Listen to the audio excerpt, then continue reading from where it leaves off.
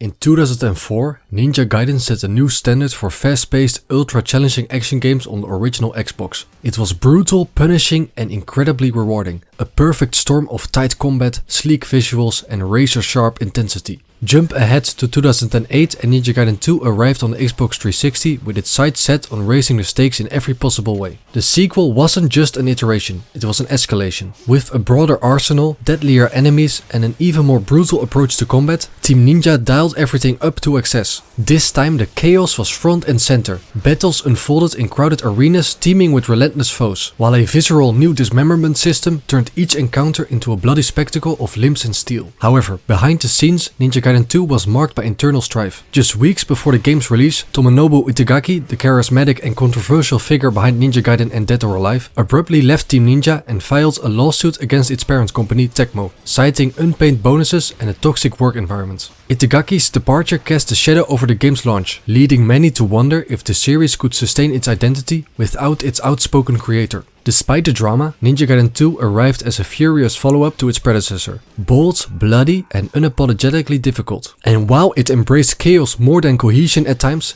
it still stands as one of the most intense and exhilarating action games ever released on the Xbox 360.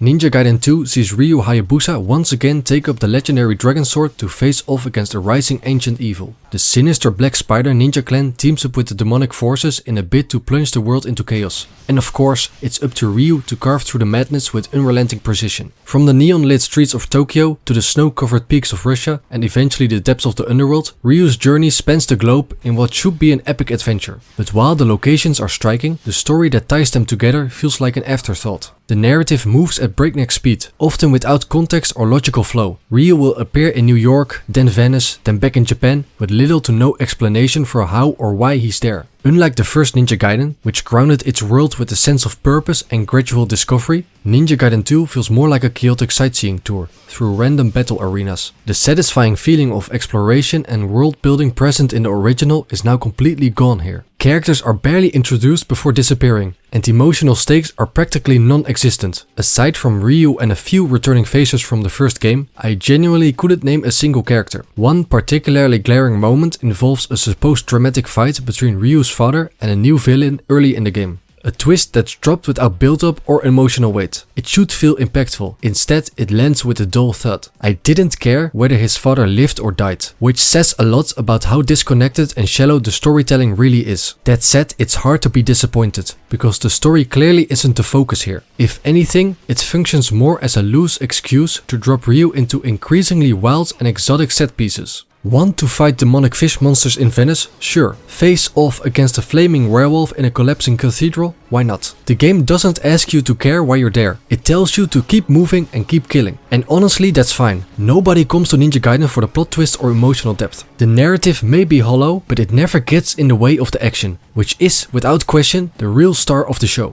This is where Ninja Gaiden 2 truly earns its place as one of the most intense action games of its generation. If the original Ninja Gaiden on Xbox was tough, this sequel is a full-on gauntlet of carnage. It wastes no time dialing the chaos up to 11. Enemies come at you in relentless waves, sometimes dozens at once, with faster reflexes, smarter patterns and more aggressive tactics. You'll barely land a killing blow before another 3 enemies leap in from off-screen, blades flashing and spells flying. It's overwhelming, but in the best, most exhilarating way. That said, the camera can sometimes work against you. It struggles to keep up with the speed and density of the action, often obscuring enemies behind walls or off-screen. Getting hit by attacks you couldn't see coming feels cheap and is one of the few things that genuinely undercuts the game's otherwise razor-sharp combat design. There's still no proper lock-on feature, making it easy to target the wrong enemy mid-fight. These flaws occasionally undermine the game's razor-sharp design, leading to cheap hits that feel frustrating rather than earned. What keeps the violence from ever feeling unfair is Ninja Gaiden 2's finely tuned and incredibly satisfying combat system. Ryu Hayabusa controls like a dream. Fast, precise and brutal. The game offers a wide variety of weapons to choose from, including the iconic Dragon Sword and my personal favorite weapons, the Falcon's Talons and Lunar Staff. The Falcon's Talons are great to stagger enemies with their fast attacks, while the Lunar Staff is great for crowd control thanks to its high range. Switching weapons mid-combat is now possible, but it's still menu driven and pauses the action, falling short of the seamless weapon swapping seen and introduced in Devil May Cry 3. Adding to the chaos are obliteration techniques, stylish finishers that let Ryu dispatch wounded enemies enemies with grisly flair. These aren't just for show. Enemies can and will continue to attack even after losing limbs. Performing an obliteration technique not only looks incredible, but it also removes threats quickly, buying you a precious second or two of breathing room. Watching Ryu execute a one-armed demon with a spinning decapitation never gets old. Likewise, the iconic Izuna drop remains one of the most satisfying moves to pull off. What really elevates the experience is how rewarding it feels to master. Ninja Gaiden 2 does not hold your hand. Healing items are limited and enemies are relentless. But when you finally clear a room full of ninjas, demons and missile firing mutants without taking a hit, you feel like an unstoppable action hero. Every victory is earned and every mistake is punished. It's the kind of difficulty that encourages growth, and the sense of accomplishment you get from mastering it is second to none. Chapter 1 does a fantastic job of introducing newcomers to the game's controls, teaching key mechanics like counters, dodges and weapon switching through natural encounters, rather than interruptive tutorials. And while Chapter 1 eases you in, Chapter 2 instantly ramps up the difficulty. From that point forward, the game never let up. I found myself needing to pause between chapters just to catch my breath, because the relentless pace is physically and mentally exhausting. This isn't a title you can binge, it demands your full attention and rewards your patience and persistence. The game also introduces a few welcome mechanical tweaks over its predecessor. Opening doors and chests is now done with the RB button instead of X, so now you no longer accidentally open doors or chests during combat, which is greatly appreciated. The Talisman of Rebirth, which revives you upon death, no longer activates automatically. You must equip it manually. This is a huge improvement. In the first game, you'd sometimes waste this valuable item on trivial encounters. Here you have control. You can choose to let yourself die if you're near a save point or low on healing items, preserving your talisman for a real challenge. It's a small change, but one that adds meaningful strategy. Speaking of save points, in Ninja Gaiden 2 they now heal you the first time you use them in each chapter. This alone gives the developers the green light to flood the screen with enemies, and they take full advantage of it. Enemies on their own aren't especially threatening, but in groups they're relentless. To balance this, Ninja Gaiden 2 introduces a segmented health system. After each fight, Ryu partially regenerates health, except for damage marked in red.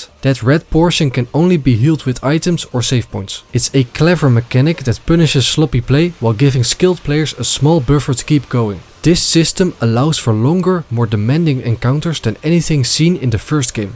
The game is sprinkled with secrets that reward observant players. Hidden lives of the gods and jewels of the demon seal are scattered throughout each level, offering meaningful upgrades that enhance Ryu's abilities. Since Ninja Gaiden 2 is more linear than its predecessor, most of these collectibles are easier to find and don't require much backtracking. Even better, if you miss a life of the gods, you can purchase it later from the ever reliable Muramasa, which takes the pressure off completionists and lets first time players stay focused on the action without worrying about permanently missing essential upgrades. Collecting all 30 crystal skulls unlocks a new gamer picture and boosts your kill score in story mode. However, since the score has no real gameplay impact, the reward feels pointless. So if you're not interested in leaderboard chasing, you can skip them without missing anything truly meaningful. For those craving an extra challenge, Ninja Gaiden 2 offers the Test of Valor, optional arenas that throw some of the game's toughest enemy combinations at you. These battles are brutal and often drain my entire stock of healing items, but the rewards such as Lives of the Thousand Gods and Jewels of the Demon Seal make them worthwhile for dedicated players. Some tests like the one in Chapter 5 are already difficult, throwing waves of small dragons at you that bombard you with projectiles while werewolves attack you from the ground. But the ones in Chapter 7 and 8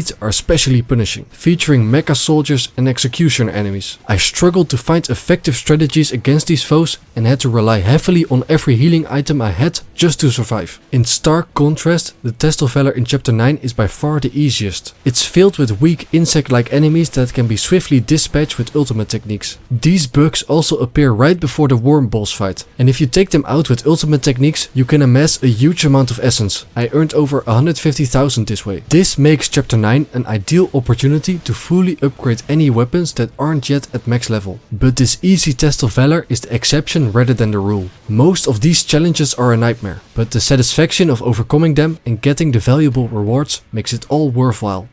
Not every aspect of Ninja Gaiden hits the mark. The infamous ghost fish make a return from the original game, and while they're not quite as maddening this time, they still serve little purpose beyond cheap frustration. Their presence feels like an unnecessary callback that adds little to the experience beyond cheap frustration. Unfortunately, the ghost fish aren't the only aggravating enemies this time around. The worst offenders are the automated rocket launcher enemies, who constantly bombard you from a distance. They're particularly irritating in chapter 8 and 9. In chapter 8, as you fight through the streets of Moscow, you're frequently pinned down by clusters of these enemies, some positioned in elevated windows, where your only option is to slowly pick them off with arrows, leaving you exposed and vulnerable. Then, just as you survive that gauntlet, chapter 9 opens with another miserable sequence, trudging through a swamp while rockets rain down on you from afar. These segments aren't just frustrating, they run counter to what makes the game great. Ninja Gaiden excels at fast, fluid melee combat, not clunky, forced range encounters. Having to rely on the bow, especially in so many moments throughout the campaign, feels like a fundamental misunderstanding of the game's strengths. The boss fights fare no better. While Ninja Gaiden 2 offers a greater number of bosses than its predecessor, quantity comes at the cost of quality. Many of them are mediocre at best and downright awful at worst.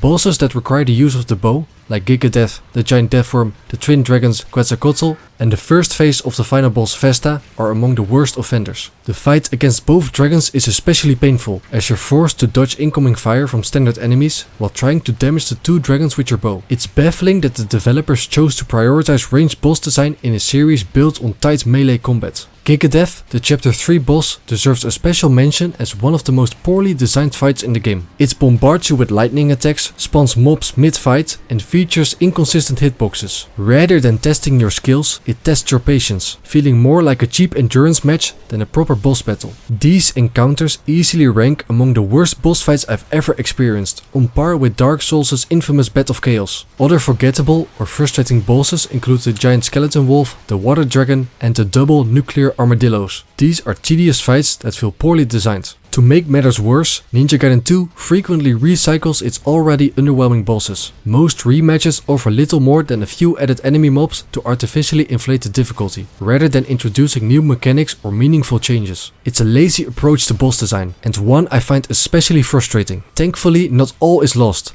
A few standout encounters, like the duels against Genshin or the first fights with Wolf and Sidonius, show that Ninja Gaiden 2 is still capable of delivering thrilling, well-designed bosses. But those moments are the exception, not the rule.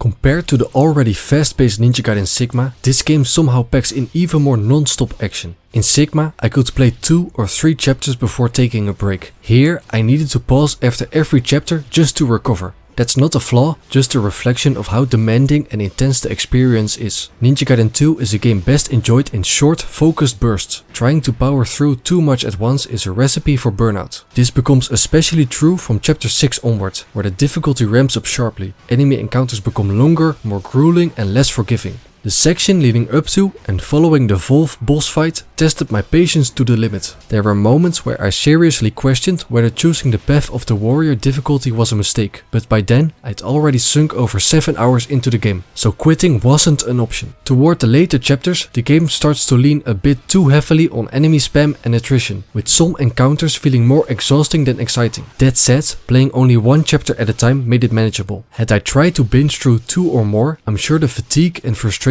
would have gotten the better of me. So here's my advice: don't rush it, take breaks, pace yourself. Because when you play Ninja Gaiden 2 on its terms, and you give each chapter the time and focus it demands, you'll find one of the most satisfying, punishing and rewarding action combat systems ever made. After completing the story mode in Ninja Gaiden 2, there's still more to sink your teeth into. At least there used to be. A mission mode was released as downloadable content, offering a series of standalone combat challenges designed to truly test your mastery. Unfortunately, with the Xbox 360 online store now closed, accessing this content is no longer possible unless you already own it. It's a shame, because it could have added even more value to an already intense experience. Thankfully, the game does offer a solid post-game loop in the form of New Game Plus. Finishing the main campaign allows you to replay the game with all of your weapons, upgrades and items intact, giving you a chance to experiment with different loadouts or refine your strategies on a second run. You'll also unlock new outfits for Ryu and an additional difficulty level, providing even more incentive to return. For those seeking a serious challenge, Ninja Gaiden 2 includes multiple higher difficulty settings, including Path of the Mentor and the brutally demanding Path of the Master Ninja. Just dipping into chapter 1 on Path of the Mentor gave me a taste of how punishing things can get, and I can only imagine the trial that that awaits on Master Ninja. To anyone who manages to conquer that gauntlet, you have my full respect. Personally, I'm proud of myself for having beaten the game on Path of the Warrior, which took me just under 15 hours, making it a longer and more grueling journey than my original Ninja Gaiden playthrough on the Xbox, which clocked in at around 12 hours. Despite its flaws, Ninja Gaiden 2 is the kind of game that rewards persistence and skill, and there's real satisfaction in overcoming its relentless trials.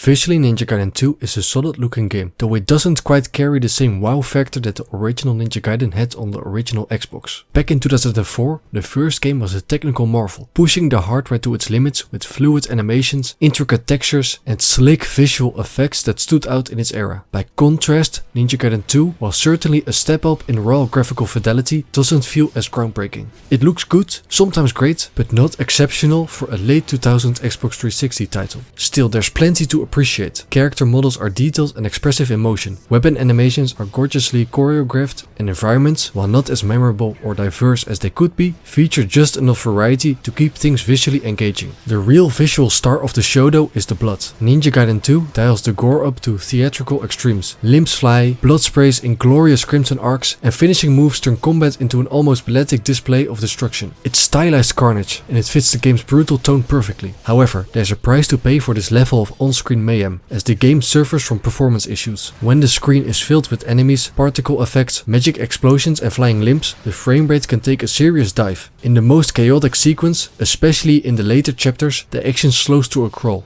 and the silk-smooth responsiveness that defines the combat starts to feel slightly sluggish. One of the most infamous examples is Chapter 10's staircase fight, a dramatic showcase of both the game's skill and its technical limitations. It's a clear indication that Team Ninja was pushing the Xbox 360 hardware to its absolute limits, and in some moments perhaps a bit too far. As for the soundtrack, it may not be the most iconic in the genre, but it's perfectly tailored to the gameplay's rhythm. It pulses and escalates alongside the combat, helping to maintain tension and keep your adrenaline pumping from one fight to the next. While few tracks will stick with you after the credits roll, in the heat of the battle they do exactly what they're supposed to do: amplify the intensity without drawing too much attention to themselves.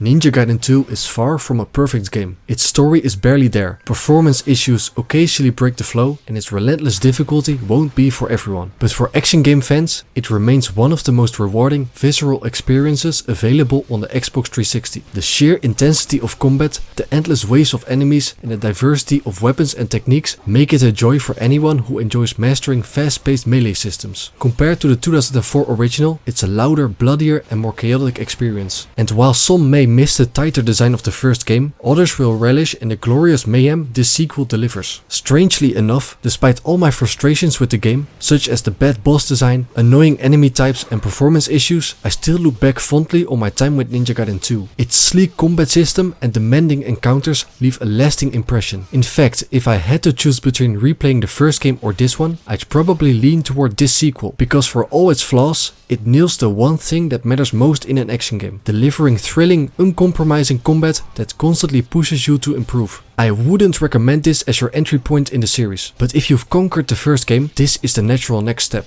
Just know what you're getting into, take breaks when needed, and embrace the chaos. Do that and you'll find an experience that's as punishing as it is unforgettable. That said, this isn't the end of Ninja Gaiden 2's story. As with the first game, an enhanced version was later released for the PlayStation 3, called Ninja Gaiden Sigma 2. Now that I've completed the original Xbox 360 release, it's time to see how the Sigma version stacks up, and whether it refines or dilutes the brutal brilliance of the original.